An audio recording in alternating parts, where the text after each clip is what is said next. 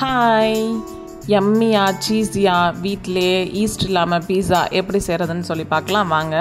மைதா மாவு, sugar, baking powder, baking soda, தேவையான அளவு உப்பு இதெல்லாம் போட்டு நல்லா மிக்ஸ் பண்ணிக்கோங்க.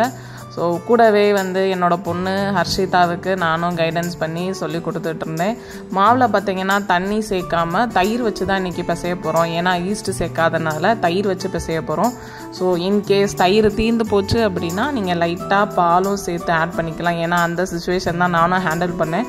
மாவு பிசைஞ்சு முடிச்சுட்டு ஒரு 2 hours ஊற வச்சு எடுத்துக்கிட்டிங்கன்னா இந்த அளவு எலாஸ்டிசிட்டி இருக்கணும். அப்போ தான் உங்களுக்கு பீஸா நல்லா சாஃப்டாக இருக்கும். உங்களுக்கு தின்னாக வேணும்னா தின்னாக தேய்ச்சிக்கோங்க, இல்லை திக்காக வேணும்னா திக்காக தேய்ச்சிக்கோங்க. நான் தின்னாக தேய்ச்சிட்டு கார்னர்ஸ் ஃபுல்லாக திக்காக தேய்ச்சிட்டு அந்த கார்னர்ஸ் எல்லாம் பார்த்திங்கன்னா சீஸ் போட்டு அதையும் ஃபோல்டு பண்ணி விட்டுக்கிட்டேன். அப்போது நல்லா எம்மியாக சீஸியாக இருக்கும்.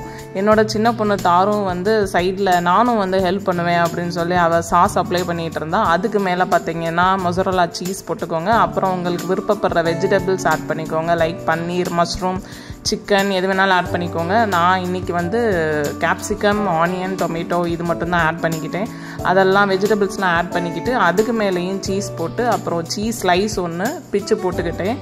ஸோ அவங்கவுங்க அவனுக்கு ஏற்ற மாதிரி பேக்கிங் டைம் இருக்கும். அதை வச்சு நீங்கள் பேக் பண்ணி எடுத்துக்கோங்க. என்கிட்ட பார்த்தீங்கன்னா பீஸா கட்டர் இல்லாதனால வீட்டில் இருக்கிற நைஃபெல்லாம் வச்சு எப்படியோ ஒரு வழியாக பீஸா கட் பண்ணி முடிச்சிட்டேன்.